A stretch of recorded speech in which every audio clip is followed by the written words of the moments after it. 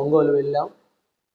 మన మధ్యకు మరి బెంజమిన్ అన్న కూడా వచ్చాడు. చాలా చక్కగా పరిచర్య కూడా జరుగుతూ వచ్చింది. అది అంతకుముందు వారం మనము ఋతు గ్రంథం ప్రారంభించాం. ఋతు గ్రంథము ప్రారంభించాం. ఋతు గ్రంథంలో మొదటి వచనాన్ని మనం చదువుకున్నాం. అంతకుముందు వారు న్యాయాధిపతులు ఏలిన దినముల యందు అనే మాటలను చూసాం. మరి ఎలీమెలెకు కుటుంబం గురించి కొన్ని సంగతులని మనం చూస్తూ వచ్చాం.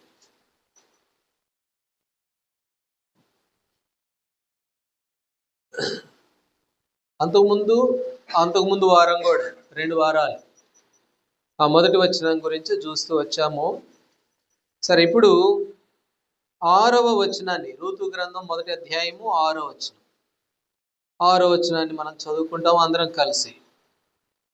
వారికి ఆహారం ఇచ్చుటకు యెహోవా తన జనులను దర్శించినని ఆమె మోయాబు దేశంలో వినడు గనుక మోయాబు దేశము విడిచి వెళ్ళుటకై ఆమెయు ఆమె కోడళ్లను ప్రయాణమయ్యేది. ప్రభు సహాయం కోరుచుని ప్రార్థన చేసుకుంటాం. ప్రేమ కలిగిన మా తండ్రి, కృపా కనికరం కలిగిన మా దేవ, మా ఆరాధనలపై ఆసీనులైన మా కన్న తండ్రి, మమ్మల్ని అందరినీ అంగీకరించిన దేవా మీకు వందన స్తోత్రం. పాట ద్వారా పాడి మీ నామాన్ని ఘనపరచుట్లో సంతోషముతో మమ్మల్ని ప్రభా మాకు ఇచ్చినటువంటి సమయాన్ని బట్టి వీటన్నిటి కొరకై మీకు వందన స్తోత్రం. కన్న తండ్రి, మరి ప్రభా మీ బల చుట్టూ చేరి రాగలిగిన సమయం ఇచ్చారు. మీ బల చుట్టూ రావడానికి యోగ్యత లేదు, అర్హత లేదు. అయితే ప్రభా మీ వాక్యము ద్వారా మనం సరిచేయండి, మరి సరిదిద్దండి. మీ వాక్యము ద్వారా మమ్మల్ని మేము పరీక్షించుకున్న వారమై మీ బలలో పాలొందుటి కొరకే మమ్మల్ని సిద్ధపరచు. మీ దాసునైన నన్ను మరొకసారి బలపరిచి ప్రభా మరి ఆత్మ సంబంధమైన విషయాలు, అవసరమైన సంగతులు మీరే తీసుకుని వచ్చి మరి మా ఆత్మీయ జీవిత మేలు కొరకై, మరి నా తండ్రి అభివృద్ధి కొరకై కొన్ని సంగతులన్నీ తెలియపరిచి మీ నామని మైం తెచ్చుకోమని యేసు ప్రభువారి నామంలో ప్రార్థించి వేడుకుంటున్నాము తండ్రి, ఆమేన్.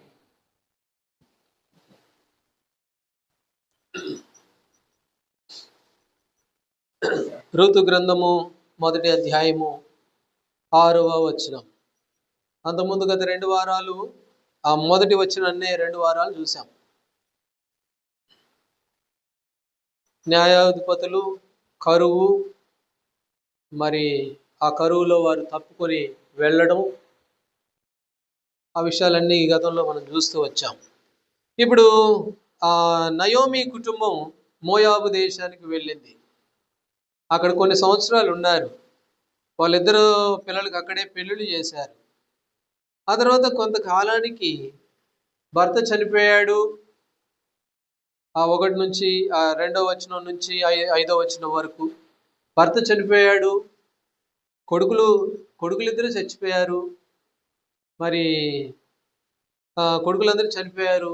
ఏదో ఆశించి వెళ్ళారులే కానీ బెత్లెహేమును విడిచిపెట్టి, దేవుడు ఉన్నటువంటి ప్రాంతాన్ని విడిచిపెట్టి ఏదో అని ఆశపడి వెళ్ళారు.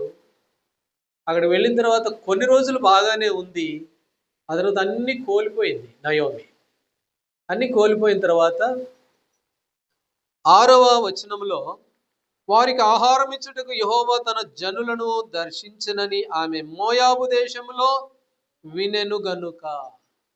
అయితే కొన్ని సంవత్సరాలు, కొన్ని దినాలు అయిపోయిన తర్వాత తన ప్రజలకు దేవుడు ఆహారం ఇవ్వటానికి వాళ్ళని ఆయన దర్శించాడు అన్న సంగతి ఆమె విన్నది.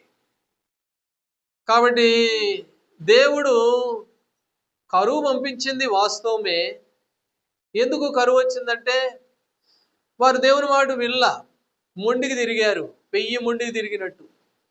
అందుకని కొన్నిసార్లు కొన్ని సందర్భాలలో మన వ్యక్తిగత జీవితాల్లో కూడా, ఇశ్రాయేలు దేశంలోనే కాదు కానీ మనకు జీవితాల్లో కూడా కొన్ని పరిస్థితులు అనుమతించబడతాయి. కొన్ని మన క్షేమం కొరకు, మన శిక్షణ కొరకు. అలాగనే వారికి కూడా బెత్లెహేములో ఒక శిక్షణ కొరకు ఇవ్వబడ్డది. ఆ తర్వాత ఆ శిక్షణ అలాగే కొనసాగించలేదు దేవుడు. ఆయన ప్రేమ కలిగిన వాడు, ఆయన కనికరం కలిగిన వాడు. అందుకనే కొంతకాలానికి దేవుడు తన ప్రజలను ఆయన దర్శించాడు అనేది మొదటి విషయంగా మనం చూస్తాం. తన బిడ్డలను ఆయన విడిచిపెట్టేవాడు కాడు. తన ప్రజలను ఆయన మర్చిపోయేవాడు కాడు. అందుకనే వారికి ఆహారం ఇవ్వడానికి తన జనులను ఆయన దర్శించాడు అన్న సంగతి ఆ నయోమికి వినపడ్డది. కాబట్టి ఆమె విన్నది, మన దేవుడు అలాగే విడిచిపెట్టేవాడు కాదన్న సంగతి అప్పుడు తెలుసుకుంది ఆమె. యెహోషువ గ్రంథంలో 23వ అధ్యాయము, యెహోషువ గ్రంథం 23వ అధ్యాయము 14వ వచనం. 23:14. ఇదిగో నేడు నేను వెలుచున్నాను, మీ దేవుడైన యెహోవా మీ విషయమై సెలవిచ్చిన మంచి మాటలన్నిటిలో ఒక్కటైనను తప్పి ఉండలేదని ఎరుగుదురు. అవి అన్నీ మీకు వాటిలో ఒక్కటైనను తప్పి ఉండలేదు. కాబట్టి మీ దేవుడు, మన దేవుడు ఆయన సెలవిచ్చిన మాటల్లో ఒక్కటి కూడా తప్పిపోదు. అందుకని ఇక్కడ అంటాడు, నేను అందరూ పోయే దారిలో వెళ్ళిపోతున్నానులే కానీ సర్వలోకం పోయే మార్గాన్ని అంటే నేను వెళ్ళిపోయాను కదా అని మీరేం భయపడొద్దు. మనం ఆశ్రయించిన దేవుడు, మనల్ని నడిపిస్తున్న దేవుడు ఎట్లాంటి వాడు అని అంటే, ఆయన సెలవించిన మంచి మాటలో ఒక్కటి కూడా తప్పి ఉండలేదు. అయితే వాటిలో ఒక్కటి కూడా తప్పిపోదు, అంతే. ఒక్కటి కూడా తప్పిపోదు. చూడండి ఇంకో మాట, రాజుల మొదటి గ్రంథం 8వ అధ్యాయం. మొదటి రాజుల గ్రంథం 8వ అధ్యాయం, 8వ అధ్యాయము 56వ వచనం కూడా చదవండి. 8:56. ఎట్లనగా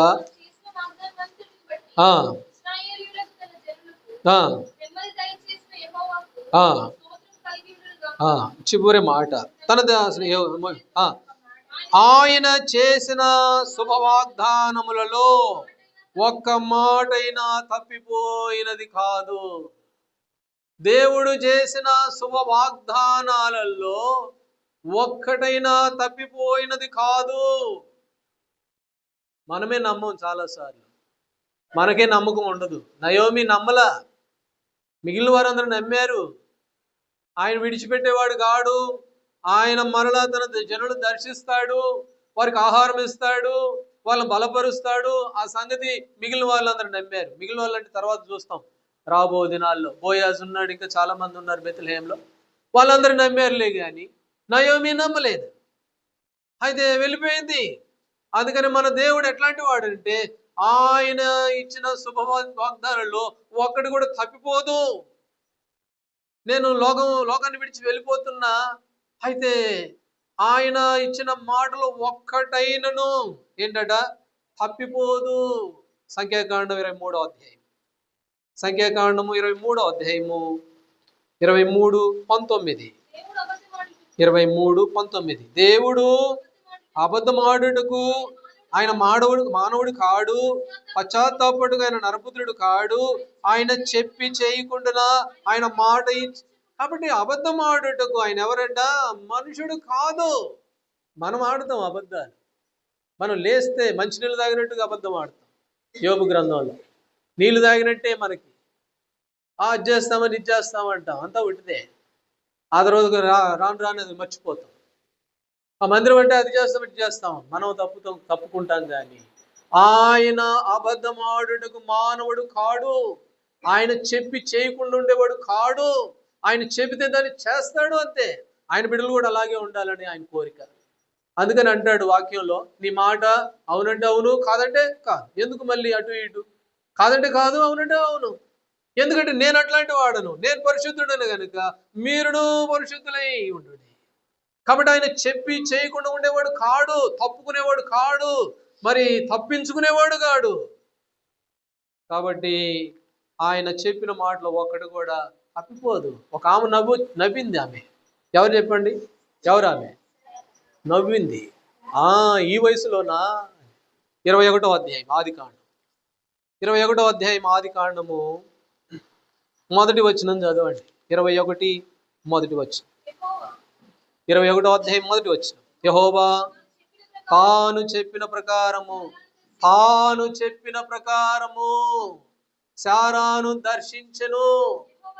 ఆమె ఎందుకు నవ్వింది అని అంటే, 100 సంవత్సరాలండి నాకు, ఈ వయసులో గర్భం కూడా ఉడికిపోతే ఇప్పుడు పిల్లోడు పుట్టడం ఏంటి, అసలు అసంభవం కదా, గర్భం ఉడికిపోయింది, పిల్లలు ఎట్లా కలుగుతారు, నవ్వుకుంది. అయితే ఇక్కడేమని రాయబడింది, తాను చెప్పిన మాట ప్రకారము శారాను దర్శించాడు. ఆయన మాటలో ఏది కూడా తప్పిపోదు, ఒక్కడైనా తప్పి ఉండదు. అందుకని మత్తయి సువార్తలో రాయబడింది, మత్తయి సువార్త, భూమి ఆకాశము భూమి గతించిన ఒకడు కూడా నిరార్థకం కానేరదు. కాబట్టి ఆయన తన జనులకు ఆహారం ఇచ్చినని, తన జనులు దర్శించినని ఆమె మోయాబు దేశంలో విన్నది. మన దేవుడు తన ప్రజలను మర్చిపోయేవాడు కాదు. అప్పుడు దాకా దాదాపు ఎన్ని సంవత్సరాలు ఏమో బెత్లెహేంలో కరువుతోటి, ఆ కరువు చూసే కదా భయం వేసి పారిపోయింది నయోమి కుటుంబం. అయితే ఆ కరువులో ప్రజలు ఎంత అల్లాడిపోయి ఉంటారు, మా దేవుడు మర్చిపోయాడా ఏంటి అనుకున్నారేమో. కానీ మన దేవుడు తన బిడ్డలని మరిచేవాడు కాదు. ఈనాడు మన జీవితంలో అనేక శోధనలు గుండా వెళ్తూ ఉంటాం, అనేక పరిస్థితులు గుండా వెళ్తూ ఉంటాం, ఇక చెప్పుకోలేని సమస్యలు కూడా ఎన్నో ఉంటాయి కుటుంబాలలో. అయితే అలాగ విడిచిపెట్టేవాడు కాడు. ఆయన తన ప్రజలను ఆయన దర్శిస్తాడు. ఒక సమయం ఉంది, ఆయన చెప్పిన దాంట్లో ఒక్కటి కూడా తప్పిపోదు. ఆ అబద్ధమాటకు ఆయన మానవుడు కాడు. ఆయన చెప్పి చేయకుండా ఉండేవాడు కాడు. ఎన్నో వాగ్దానాలు ఇవ్వబడ్డాయి మనకి, వాటిని అన్నింటినీ తప్పకుండా నెరవేర్చేదేవుడు. విశ్వాసంతో ఆయన ముందు ఆయన ఏందో ఆధారపడితే అది నెరవేర్చాడు. కాబట్టి తన జనులను ఆయన దర్శించాడు. ఇంకో మాట కూడా చూస్తాం రండి, 45వ యెషయా గ్రంథం 45వ అధ్యాయంలో, 45వ అధ్యాయం యెషయా గ్రంథం 6వ వచనం. తూర్పు దిక్కు నుండి పడమటి దిక్కు వరకు నేను తప్ప ఏ దేవుడు లేడని జనులు తెలుసుకున్నట్లు నీవు నన్ను ఎరుగునప్పటికీ నిన్ను సిద్ధపరిచితిని. నువ్వు నన్ను ఎరగలేదు, నువ్వు నన్ను చాలాసార్లు మర్చిపోయావు, కానీ నేను నిన్ను ఎరిగాను కాబట్టే ఇవాళ నేను సజీవంగా ఉన్నాను. ఆయన మనల్ని ఎరిగాడు కాబట్టే మనం ఇంకా భూమి మీద భౌతికంగా కనబడుతూ ఉన్నాం. మనం ఆయన ఎరగలేదు, కానీ ఆయన మనల్ని ఎరిగాడు. ఎందుకు ఎరిగాడు? రండి, జపన్యా గ్రంథం 3వ అధ్యాయం. జపన్యా గ్రంథం 3వ అధ్యాయం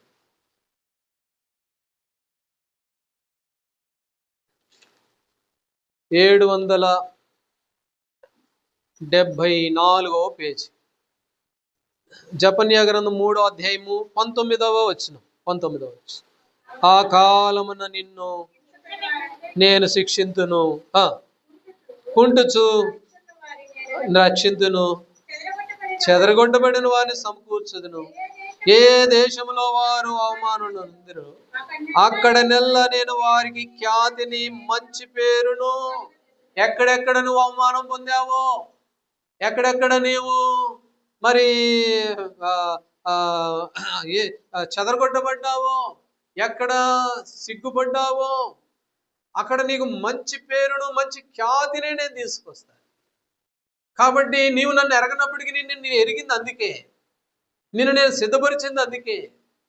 కాబట్టి తన జనులను దేవుడు దర్శిస్తాడు, ఆయన తన ప్రజలను దర్శిస్తాడు. ఆయన మర్చిపోయేవాడు కాడు. ఎందుకు అనంటే, నేను నీకు ఖ్యాతిని మంచి పేరును తీసుకొస్తాను. నువ్వు నన్ను ఎరగవు, నువ్వే నన్ను ఎరగవు, కానీ నేను నిన్ను ఎరిగితిని. అలాగనే నయోమి జీవితంలో ఆమె ప్రభువును విడిచిపెట్టినట్లయిపోయింది, 10 సంవత్సరాలు విడిచిపెట్టినట్లయిపోయింది, కానీ దేవుడు విడిచిపెట్టేవాడు కాడు. తన ప్రజలను ఆయన దర్శించాడు. వారికి ఆహారం ఇచ్చినని ఆమె మోయాబు దేశంలో విని తన ప్రజలను విడిచిపెట్టేవాడు కాడు, మర్చిపోయేవాడు కాడు. నోవాహు కూడా అదే అనుకున్నాడు, తీసుకెళ్ళిపోయి ఓడలో పడేశాడు. దేవుడే తలుపేసేసాడంట బయటకు రాకుండా. ఒకవేళ నోవాహు తలుపేసుకున్నట్టే బయటకు రావడం, ఆయన వేసుకున్నాడు కాబట్టి ఆయన తీసుకోవడానికి అవకాశం. కానీ దేవుడే మూసేసాడు తలుపుని, ఇంకెవరు తీసేయలేరు. ఆయన మూసిన దాన్ని ఎవరు తెరవలేరు. ఇక చూడండి, కొన్ని రోజులు అయిపోయింది, ఒక పక్క జంతువులు, ఒక పక్క ఈయన, ఎంత అల్లాడిపోయి ఉంటాడు. అనుకుని ఉండొచ్చు నోవాహు, దేవుడు ఏంటి మర్చిపోయాడు ఏంటి నన్ను, అరే బయట ఎట్లుందో నాకు సంగతి తెలియట్లా, నన్ను మర్చిపోయినట్లు అయిపోయింది దేవుడు అనుకున్నాడు ఏమో. 8వ అధ్యాయం ఆదికాండంలో నోవాహును దేవుడు జ్ఞాపకము చేసుకొనెను. దేవుడు నోవాహును జ్ఞాపకం చేసుకున్నాడు. కాబట్టి మన జీవితాల్లో దేవుడు ఎప్పుడు మర్చిపోడు, మనల్ని ఆయన జ్ఞాపకం చేసుకున్నాడు. బెత్లెహేములో ఉన్న ప్రజలను ఆయన జ్ఞాపకం చేసుకున్నట్లు. ఎందుకు జ్ఞాపకం చేసుకుంటాడు అని అంటే, నీకు పేరును ఖ్యాతిని తీసుకురావడం. నీవు నన్ను ఎరగనప్పటికీ నేను ఎరిగాను నేను. కాబట్టి అంటాడు, ఆయన చెప్పి చేయకుండా ఉండేవాడు కాదు, అపనమ్మకస్తుడు కాదు. మనం చాలాసార్లు అపనమ్మకస్తులు, మనమే నమ్మకం లేని వారంగా ఉంటాం. కానీ ఆయన అలాంటి వాడు. ఇక్కడ నయోమి జీవితంలో దేవుడు ఆమెను మరి ఆమె దేవుడు తన జనులను దర్శించిన సంగతి విని, కాబట్టి ఆయన దర్శించేవాడు. రండి, యోబు గ్రంథము 7వ అధ్యాయము, యోబు గ్రంథం 7వ అధ్యాయము 18వ వచనం. 7:18. 7:18. ప్రతి పగలు నీ వదలని దర్శింపనేలా, నీ వదలని ప్రతి పగలు నీ వదలని దర్శింపనేలా.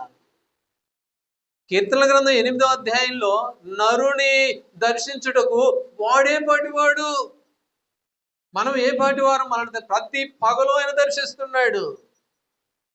మనకు తెలియదు ఎన్ని ప్రమాదాలు, ఎన్ని పరిస్థితులు, ఎన్ని ఇబ్బందులు, ఎన్ని సమస్యలు ప్రతి పగలు ఆయన దర్శిస్తూ ఉన్నాడు. మనం ఆయన దర్శించం, వారానికి ఒక్కసారి కూడా దర్శించం ఆయన. మనం అది కూడా భలే భారంగా ఉంటుంది మనకి. కానీ మన ప్రభు ప్రతి పగలు మనల్ని దర్శిస్తూ ఉన్నాడు. కీర్తన గ్రంథం 8వ అధ్యాయంలో వాడేపాటి వాడు నరుడు, నువ్వు దేవాది దేవుడు అయిన నీవు మానవుని దర్శించడానికి వాడేపాటి వాడు. నిజమే, మనం ఏపాటి వాడు. ఆయన ప్రతి పగలు మనల్ని దర్శిస్తూ ఉన్నాడు. యెషయా గ్రంథం 5వ అధ్యాయంలో ప్రతి నిమిషము నేను దానికి నీరు కట్టుచున్నాను అని. ప్రతి నిమిషము, ప్రతి పగలు మనల్ని దర్శిస్తున్నాడు. ఆయన దర్శించే దేవుడు, ఆయన మనతో మాట్లాడే దేవుడు, మనతో పాటు ఉన్న దేవుడు అని. కాబట్టి మనం ఎలాగున్నామో పరీక్ష చేసుకోవాలి ఈ సమయంలో. ప్రభు నాతో ప్రతి పగలు ప్రతి నిమిషము నన్ను దర్శిస్తున్నాడు కదా. ఇది ఈ వారంలో నేను ఎన్నిసార్లు ఆయన దర్శించాను, ఎన్నిసార్లు ఆయనకు దూరంగా ఉన్నాను, ఎన్నిసార్లు నేను ఆయనకు దూరం అయిపోయాను. ఇంత గొప్ప దేవుణ్ణి ఎన్నిసార్లు నేను మర్చిపోయాను అంటే, లేదండి నాకు గుర్తున్నప్పుడల్లా ఇట్లా అనుకుంటానంటే కాదు. కాబట్టి ప్రభుతో సమయం ఎంత, ప్రభుతో గడిపిన దినాలు, గంటలు ఎన్ని, సమయాలు ఎన్ని, అది మనం పరీక్ష చేసుకోవాలి. మనం మరిచిన ఆయన మనల్ని మరిచేవాడు కాదు. ప్రతి పగలు మనల్ని దర్శిస్తూ ప్రతి నిమిషం ఆయన మనకు నీరు కడుతూ ఉన్నాడు. కాబట్టి ఇక్కడ నయోమి జీవితంలో దేవుడు మరి ఆమె విన్నది మోయాబు దేశంలో తన జనులను దేవుడు దర్శించాడు అన్న సంగతి ఆమె విన్నట్లుగా ఈ భాగంలో మనం చూస్తాం. సరే, ఇప్పుడు 2వ విషయానికి వెళ్తే రూతు గ్రంథం 1వ అధ్యాయం 6వ వచనం చదవండి. 6. వారికి ఆహారం ఇచ్చుటకు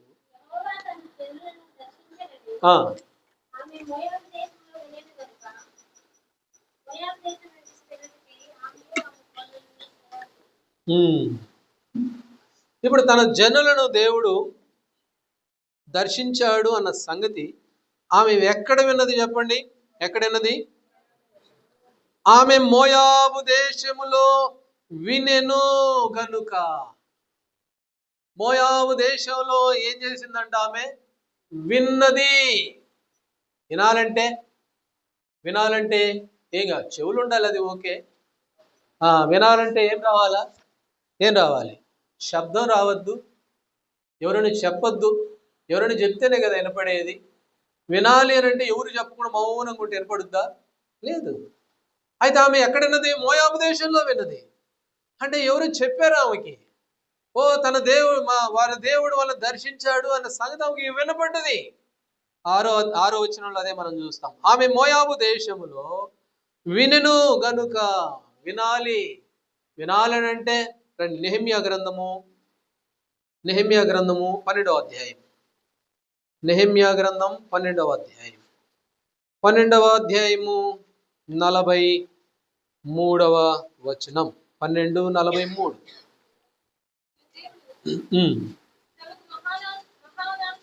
మరియు దేవుడు తమకు మహానందము కలుగు చేసెనని ఆ దినమున వారు గొప్ప బలులను అర్పించి సంతోషించిరి. వారి భార్యలు పిల్లలు కూడా సంతోషించిరి. అందువలన యెరూషలేములో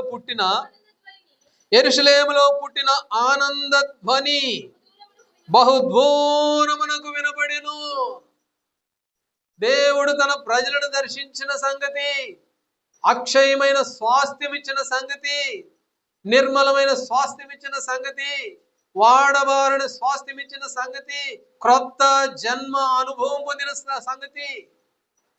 కాబట్టి వారి పిల్లలు సంతోషిస్తూ వచ్చారంట. యెరూషలేములో వారు పొందిన మేలుని వారు సంతోషించి, వారు యెరూషలేములో పుట్టిన ఆనంద ధ్వని ఎక్కడ దాకా వెళ్ళిందంట? బహుదూరము వినబడెను. చాలా దూరం వెళ్ళిపోయింది అన్నమాట. ఆ శబ్దం చాలా దూరం, అంటే గట్టిగా అరవమని కాదు. ఆ మిగతా కొన్ని సంఘాలు ఉంటాయి, ఆ సంఘాలు ఊర్లో పెట్టరు, ఊరు బయట పెడతారు. ఎందుకంటే వాళ్ళు బాగా అరుస్తారు, కేకలు వేస్తారు, సౌండ్లు పెడతారు. ఆ అరుపు కాదు ఈ అరుపు.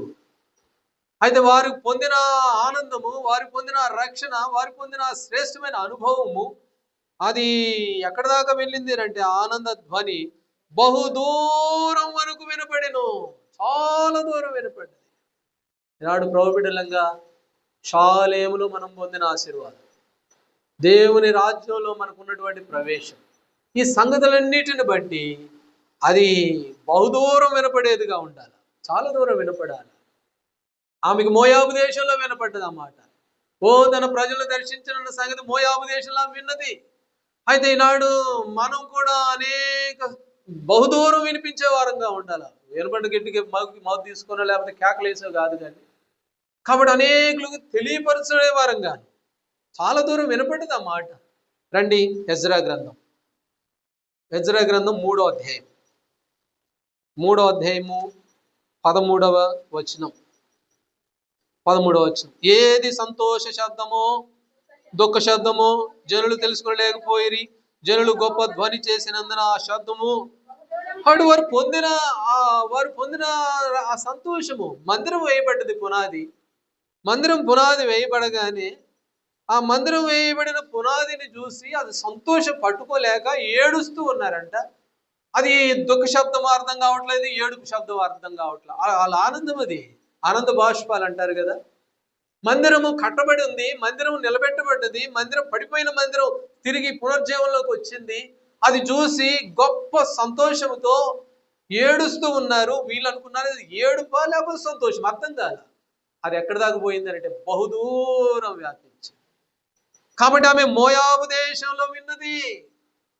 కాబట్టి ఈనాడు ప్రభుబిడ్డలంగా మన జీవితాల్లో మనం పొందిన ఆశీర్వాదము బహుదూరం వినపడాలి.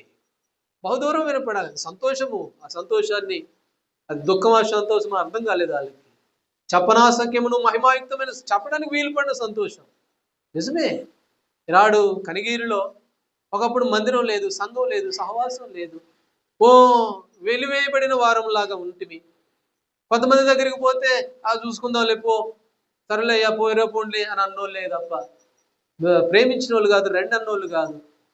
కాబట్టి మన దేవుడు మనల్ని అందులోకి తీసుకొని వచ్చి మనల్ని నిలబెట్టి ఓ సంఘం ఇచ్చి, సహవాసం ఇచ్చి, ఒక జనాంగంగా చిన్న మందే, పెద్ద మంది అవసరం లేదు, చిన్న మందా భయపడద్దు, దేవుని రాజ్యం మీకు ఇవ్వడానికి ఇష్టపడ్డారని ప్రభు అన్నాడు.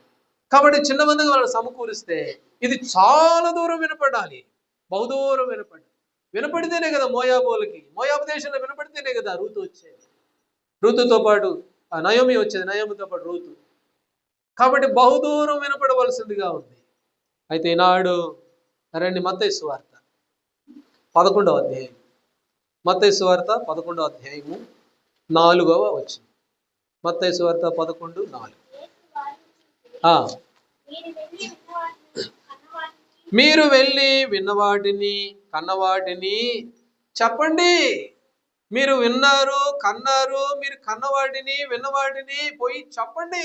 వినపడాలి. చాలా మంది యోహానుతో పోయి చెప్పుకోకండి, మీరు ఏం విన్నారో ఏం కన్నారో పోయి చెప్పండి ఆయనకి. కాబట్టి నాడు ప్రభు బిడ్డలంగా మన జీవితాల్లో మనం పొందుకున్న మేలుని, విన్నవాటిని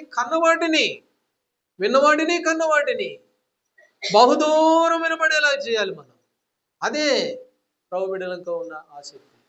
వాళ్ళు అన్నారు మత్తయి అపోస్తుల కార్యం 4:20లో, ఇంకోసారి కనుక చెప్పారంటే ఇదిగో కొరడా మీ తోలు తీసేస్తాను వాళ్ళంటే, రాజులు అధికారులు అంటే, వాళ్ళు ఏమన్నారు? మేము విన్నవాటిని కన్నవాడిని చెప్పకుండా ఉండలేం. దైవజనుడు భక్సింగ్ గారు కూడా అదే మాట అన్నాడు.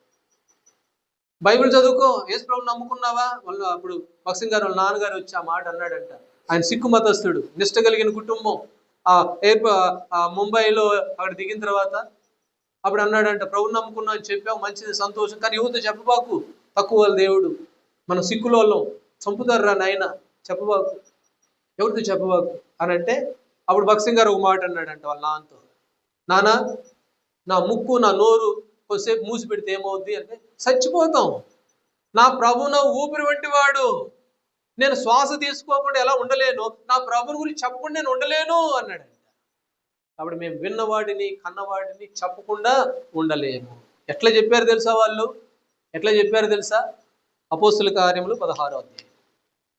అపోస్తుల కార్యములు 16వ అధ్యాయం రండి. 16వ అధ్యాయము 25వ వచనం. 16:25.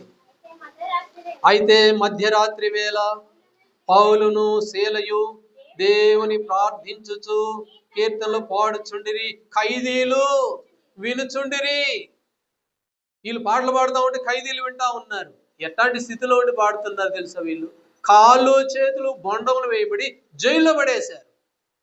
జైల్లో పడేస్తే ఆ జైలు జీవితంలో కాళ్ళు చేతులు కనీసం కాళ్ళు ఆపుకోవడానికి లేదు, ఏం లేదు. బొండం అంటే 2 మోకాళ్ళ దగ్గర తల పెట్టేసి కట్టేస్తారు గొలుసులతో గుండ్రంగా. అట్లాంటి స్థితిలో వాళ్ళు చెప్పకుండా ఉండలేకపోతూ ఉన్నారు. మధ్యరాత్రిలో మళ్ళీ లేచి పాడుతూ ఉంటే ఖైదీలు వింటూ ఉన్నారు. కొంతమంది రక్షింపబడ్డారు. జైలు అధికారి రక్షింపబడ్డాడు 31వ వచనంలో. కాబట్టి బహుదూరం వినపడుతూ ఉంది ప్రభు బిడ్డలు వారు పొందిన రక్షణ. ఈనాడు మన సంగతి ఏంటి? మనం పొందిన రక్షణ, మనం పొందిన ఆనందం మన ఇంటిలో మన చుట్టుపక్కలకి ఏమైనా వినపడుతుందా? వినపడేలాగా ఉందా? అది మనం పరీక్ష చేసుకోవాలి. దేవుడు ఎందుకు ఇచ్చాడు ఈ రక్షణ? ఎందుకు ఇచ్చాడు? సంఘం ఎందుకు ఇచ్చాడు? సహవాసం ఎందుకు ఇచ్చాడు? సేవకులను ఎందుకు ఇచ్చాడు? ఎక్కడ వేసిన గొంగడి అక్కడ ఉండటానికి కాదు ప్రభు బిడ్డలు. కాబట్టి మనం పొందిన రక్షణ చెప్పకుండా మేము ఉండలేము, అది తీర్మానం. కాబట్టి ఆమె మోయాబు దేశంలో వినపడ్డది అంటే చెప్పిన వాళ్ళు ఎవరో కానీ వాళ్ళ పేర్లు రాయబడలా, వాళ్ళు మరుగు చేయబడ్డారు. పునాదులు కదా, పునాదులు ఎక్కడుంటాయి చెప్పండి? కింద భూమిలో ఉంటాయి. పునాదులు బయటకు కనపడవు. బయటకు కనపడితే ఏమవుద్ది? పాడైపోద్ది. పునాది పాడైపోతే ఏమవుద్ది? బిల్డింగ్ కూలిపోద్ది. కాబట్టి చెప్పిన వాళ్ళు ఎవరో తెలియదు, రాయబడల వాళ్ళ పేర్లు. ఆమె విన్నది వినపడ్డది, ఆమె చెవులకు వచ్చేసింది ఆ మాట. తన దేవుడు తన ప్రజలను దర్శించాడన్న సంగతి, రక్షణ వార్త వినపడ్డది ఆమెకి. నాడు దేవుని బిడ్డలంగా మనం ఉన్న ప్రాంతంలో, మనం ఉన్న ప్రదేశంలో ఈ రక్షణ ఆనందం, ఈ రక్షణ సంతోషము బహుదూరం వినపడ్డదంట వాళ్ళది. నాడు మనం ఎలాంటి వారుగా, పౌలు శీలలు కష్టాల్లో, శ్రమల్లో, వారు ఇరుకులో దేవుని గురించినటువంటి వార్త ఖైదీలు వినుచుండిరి. కాబట్టి వినపడేదిగా నాడు మనం ఎలాగో వినిపిస్తా ఉన్నాం. మనం ఎలాంటి వినిపిస్తా ఉన్నాం? రండి, యెషయా గ్రంథం 40వ అధ్యాయం. 40వ అధ్యాయం యెషయా గ్రంథం 40వ అధ్యాయము యెషయా గ్రంథం 9వ వచనం. 40వ అధ్యాయం 9వ వచనం. సియోను సువార్త ప్రకటించుచున్నదానా, ఉన్నత పర్వతం ఎక్కుము, యెరూషలేమా సువార్త ప్రకటించుదానా, బలముగా ప్రకటించుము, భయపడగా ప్రకటించుము. ఓ సియోను సువార్త ప్రకటించుదానా, భయపడకుండా ప్రకటించు, బలంగా ప్రకటించు, బలంగా ప్రకటించు, వినిపించు అనేకులు. కాబట్టి ప్రకటించవలసిన వారమై ఉన్నాం. అనేకులకు వినపడేలాగా ప్రకటించవలసిన వారంగా. వినబడితేనే రూతు వచ్చేది. రూతు వస్తేనే రూతులో నుంచి యెషయా వస్తాడు, యెషయాలో నుంచి యేసుప్రభువు వారు వస్తారు.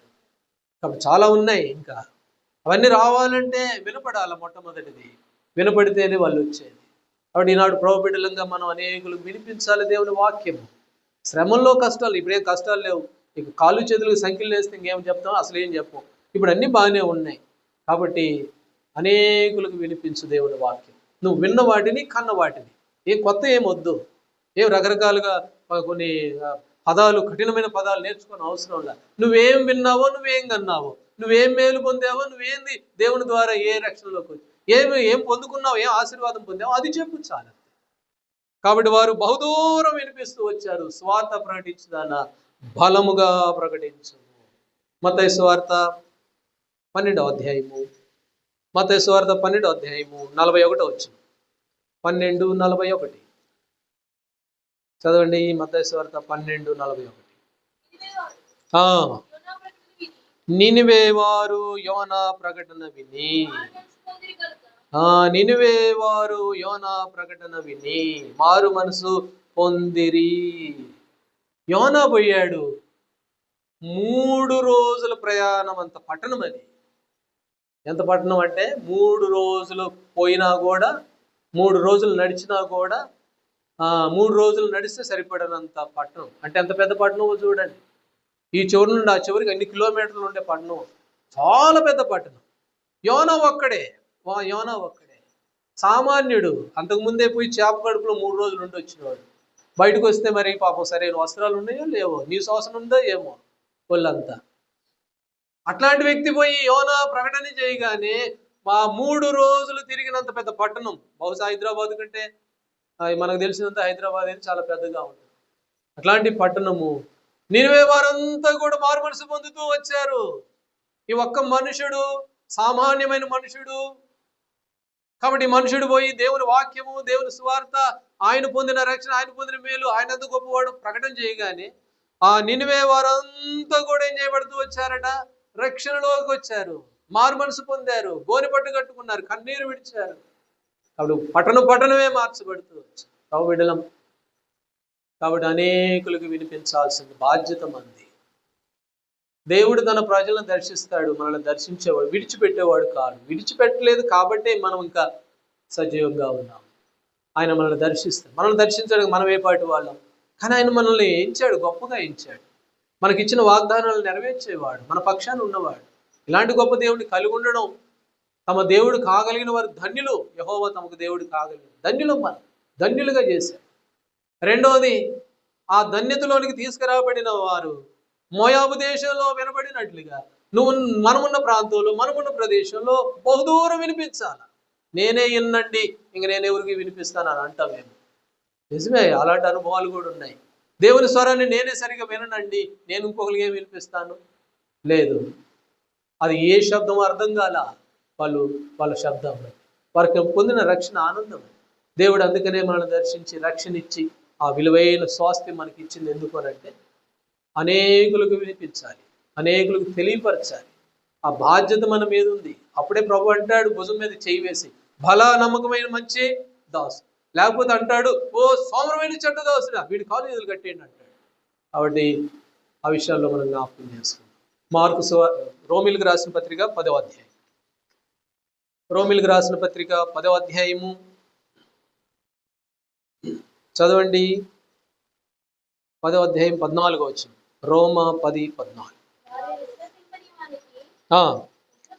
ఎట్లు ప్రార్థన చేస్తారు, ఎట్లు విశ్వసిస్తారు? ప్రకటించేవాడు లేకుండా వారు ఎట్లా వింటారు?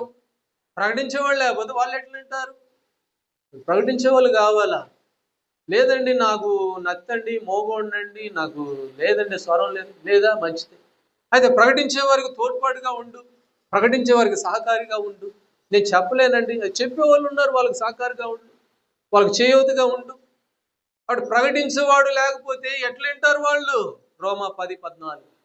కాబట్టి ప్రకటించేవారు అవసరం. ప్రకటించేవారిని పంపించడం కూడా ప్రాముఖ్యమే. ప్రకటించేవారిని పంపించు. సువార్త ప్రకటించుదానా సియోను, బలముగా ప్రకటించు, భయపడక ప్రకటించు. కాబట్టి ప్రభు బిడ్డలంగా ఆమె నయోమి మోయాబు దేశంలో ఆ సంగతి, ఆ మాట ఆమె విన్నట్లుగా ఈ భాగంలో మనం చూస్తాం. కాబట్టి దేవుని బిడ్డలంగా మనము మన దేవుడు అబద్ధం ఆడేవాడు కాడు, ఆయన మనల్ని విడిచిపెట్టేవాడు కాడు. కాబట్టి ఈ రక్షణ ఆనందం పొందిన నువ్వు, నేను అనేకులకు వినిపించాలి. ఆ బాధ్యత, ఆ భారం మన మీద ఉంది. ఒకసారి పరీక్ష చేసుకుందాం. ఇంకా ఎన్నో విషయాలు ఉన్నాయిలే, కానీ ఇప్పుడు అంత సమయం కాదు కనుక ఈ 2 మాటలు చాలు. ఈ 2 మాటలు బట్టి మనల్ని మనం ఒకసారి పరీక్ష చేసుకుందాం. మన స్థితి ఎలాగుంది? దేవుడు మనల్ని దర్శిస్తాడు కదా, ఆయన చెప్పి చేయకుండా ఉండేవాడు కాదు కదా. అది ఎన్నిసార్లు అపనమ్మకం పెట్టుకున్నాం, ఏం చేస్తాడులే ఏమోలే అని అవిశ్వాసంతో ఎన్నిసార్లు పేతురుల వలె అలాంటి సందర్భాలు ఉన్నాయేమో. ప్రభా క్షమించి నన్ను. తాను చెప్పిన మాట చొప్పున దర్శించే దేవుడు ఆయన. ఆయన అబద్ధమాడేవాడు కాడు. మనమే చాలాసార్లు మనం ఆయన్ని అంతగా ఎరగం కానీ ఆయన అబద్ధమాడేవాడు. ఎందుకు మనల్ని ఏర్పాటు చేసుకున్నాడంటే మనకి ఖ్యాతి పేరు తేవాలని. ఎక్కడైతే అవమానపరచబడ్డామో అక్కడ పేరు రావాలని. అందుకనే దేవుడు మనల్ని ఏర్పాటు చేసుకున్నాడు. బహుదూరం వినపడాలి ఈ రక్షణ వార్త. అయితే నాడు ఏం వినపడతా ఉన్నాయో పరీక్ష చేసుకోవాలి. కొన్నిసార్లు మందిరాల్లో ఆ మందిరం కూడా గొడవలు పెట్టుకుంటున్నారంటగా అవి కూడా వినపడతా ఉంటాయి. వాళ్ళు కూడా ఇట్టేనట్టుగా వాళ్ళు అట్లానట్టుగా ఆవిడ ఇట్లాంటివి వినపడుతున్నాయో లేకపోతే దైవికమైన సంగతులు వినపడుతున్నాయో జ్ఞాపకం చేస్తాం. అనేకులకు వినిపిద్దాం, అనేకులను నడిపిద్దాం. అది దేవుని ద్వారా బల నమ్మకమైన దాసులు అనిపించుకుంది.